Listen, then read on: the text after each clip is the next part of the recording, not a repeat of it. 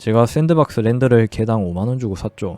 그게 최고점일 때 가격이 3.8이더 1이더 개당 370만원 정도였어요. 그러면 1400만원. 저는 엄청나게 많이 샀었고요. 그렇게 될 수 있었던 이유가, 그렇게 될 경우에는 현물자산이 답이죠. 금, 식자재들, 그런 거라고 생각하시면 돼요. 우리 인류의 역사 뭐 이렇게 보면 대충 적은 거예요. 만약에 지금 현재 달러가 망해버리면 그 전 거로 가야죠. 비트는 이 구간인데 이 구간에 오기도 전에 그냥 갑자기 망해버리면 그렇게 갈 수가 있죠. 이쪽으로 후퇴하거나 아니면 비트로 가거나 둘 중 하나겠죠. 아니면 둘 다 가거나. 네, 그런 식으로 저는 봅니다. 만약에 은행 망하고 뱅크런 일어나고 등등 세기말 진짜 그런 식으로 전 세계가 완전 영화에 나올 정도로 망해버린다, 모든 금융 시스템이. 그러면 둘 중 하나예요. 이쪽으로 진보하거나 아니면 다시 후퇴하거나. 교수님도 그렇게 생각하시나 보네요.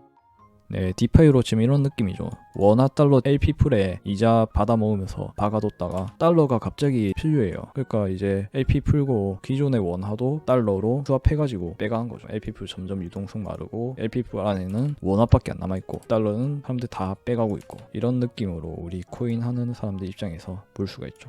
이런 식으로 되니까 환율 같은 거 다 망해버린 거죠. 지금 현재 상황은 이건데 나중에 되면 점점 디파이들도 디파이라고 이렇게 막 하기보다는 금융권이랑 디파이랑 좀 섞인 느낌으로 점점 가지 않을까? 기존 금융권이나 제도권에 있는 애들이 이런 걸 하는 거죠. 법안 같은 거 마련돼 있고. 저는 그렇게 갈 수밖에 없다고 보거든요. 누구나 다 할 수 있긴 한데 당연히 그런 것들은 점점 망하지 않을까?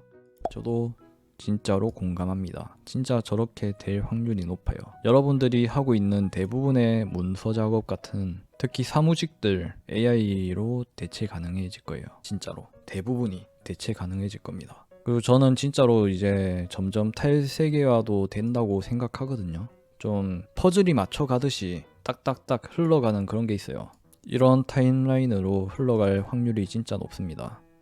이렇게 있죠. 글로벌 경제 충격이 오고 글로벌 물류 체인이 붕괴되고, 이거랑 바로 연관되는 거거든요. 각 국가들이 자국 우선주의 점점 심해질 거고, 이제 자급자족 안 되는 국가들은 식량난, 에너지난 올 거고, 기존 기축통화가 몰락할 확률이 높겠죠. 이런 상황이면. 그렇게 되면 이제 전 세계는 사실상 탈세계화 된 거나 마찬가지고 다른 기축통화가 등장할 확률이 높겠죠. 그러면 기존 기득권, 기존 기축통화와 이제 새로운 기축통화 간에 이권 다툼이 일어날 거고, 그게 만약에 국가 간이라면 전쟁이 일어날 수도 있겠죠. 5에서 20년 안에 일어날 수 있는 확률이 높다고 봅니다. 이런 타임라인이. 여러분들은 이제 앞으로 이거에 대해서 초점을 맞추면서 살아가야 돼요. 어떻게 살아남을까? 여기 어떤 기회가 있을까? 탈중앙화가 필요한 이유는 간단한 거예요. 여러분 백업 해두잖아요. 백업 왜 해두나요? 네, 말 그대로 한 명이 다 쥐고 있으면 리스크가 진짜 큽니다. 제가 예전에 썼던 글이 하나 있는데, 공산주의가 결국에 망할 수밖에 없는 이유, 제목이 뭐 그건 아닌데 거기에 포함된 내용이거든요. 그런 내용이 있었죠. 공산주의가 실현만 가능하면 진짜 이상적인 체제예요. 실현 가능하다면 가장 이상적인 체제. 근데 공산주의가 근본적으로 망할 수밖에 없는 이유가, 이거 한번 읽어보세요. 그리고 공산주의 체제 특성상 정부는 국민들로부터 수많은 권한을 위임받게 되는데, 이게 바로 지도자의 양심에 따라 공산주의가 독재로 쉽게 변질될 수 있는 높은 가능성을 제공하는 거죠. 점점 세상이 이렇게 바뀌어요. 자, 왜 이렇게 또 바뀔 수가 있냐면, 예전 같은 경우에 지금 현재 군대 같은 경우에도 어떻나요? 약간 수직적인 피라미드 형식의 지휘 체계로 흘러가죠. 이게 일반적인 지금까지의 권력 체계라든가 그런 겁니다.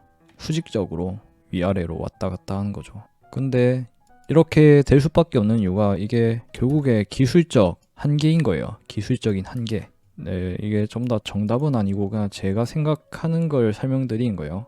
근데 이제는 이런 게 가능해져요. 이런 식으로 권한을 나눠 갖는 게 기술적으로 가능해진 거예요. 그렇다 보니까 저는 일단 탈중화가 진짜 필요한 이유는 리스크를 분산하기 위해서 필요하다. 그게 어떤 리스크인지는 적용되는 대상 따라 다 달라지는 거고, 제일 기본적으로 이제 현재 시대에선 데이터의 탈중앙화가 가장 피부로 와닿는 거죠.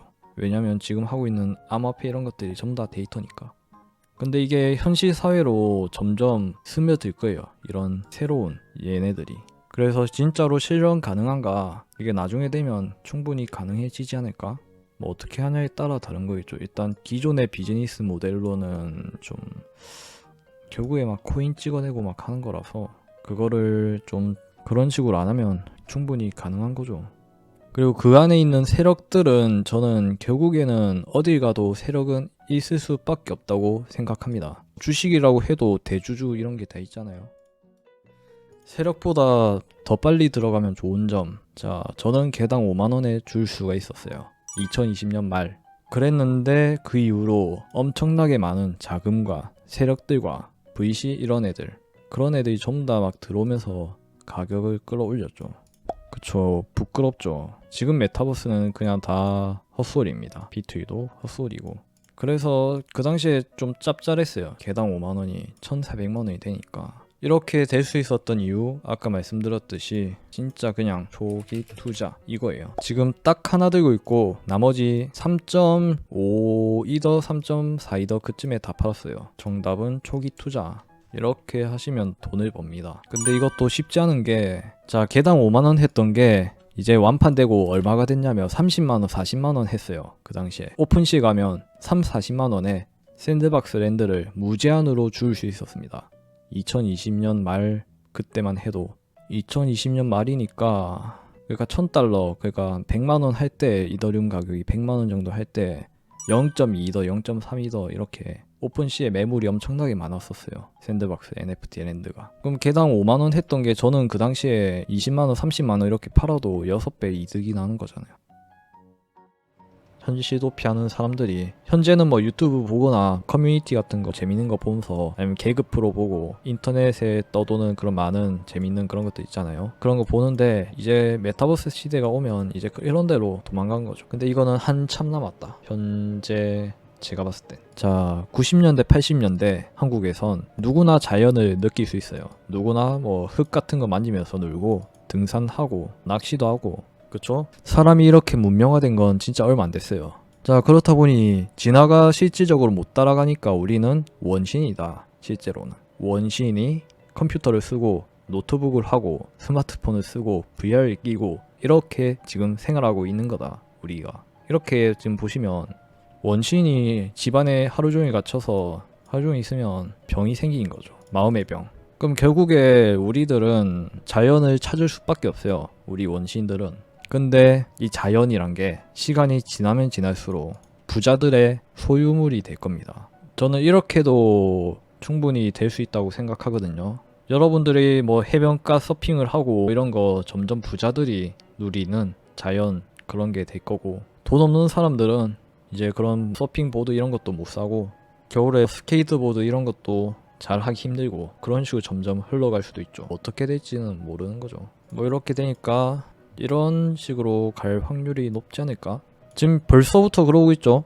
돈 많으신 분들은 한강 쪽에 산책로 이런 거 엄청나게 많잖아요. 나무들도 많고 자연경관 꽤 괜찮고, 그런 데서 막 산책하면서 그런 분들이 이제 유튜브 키고 다니면서 영상 찍는 거를 여러분들이 보잖아요.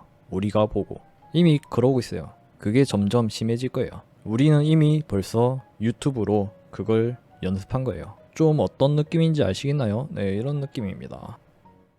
수많은 변수 요인이 있기 때문에 10년 뒤에 이 영상을 다시 봤을 때 제가 지금까지 말했던 내용이랑 완전 다른 세상이 펼쳐져 있을 수도 있어요. 근데 그 세상은 당연히 갑자기 바뀌는 게 아니라 지금까지 있었던 모든 약간의 징조들, 그런 걸 기반으로 천천히 점진적으로 가는 거죠. 약간 이런 느낌으로. 그냥 이거 이렇게 간단하게 표현했는데 이거 말고도 엄청나게 많은 수많은 가지들이 있는 거죠. 실제로는 그 안에, 그 밖에도 이런 식으로 되는 거예요.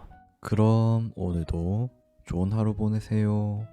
구독과 좋아요는 저에게 큰 힘이 됩니다.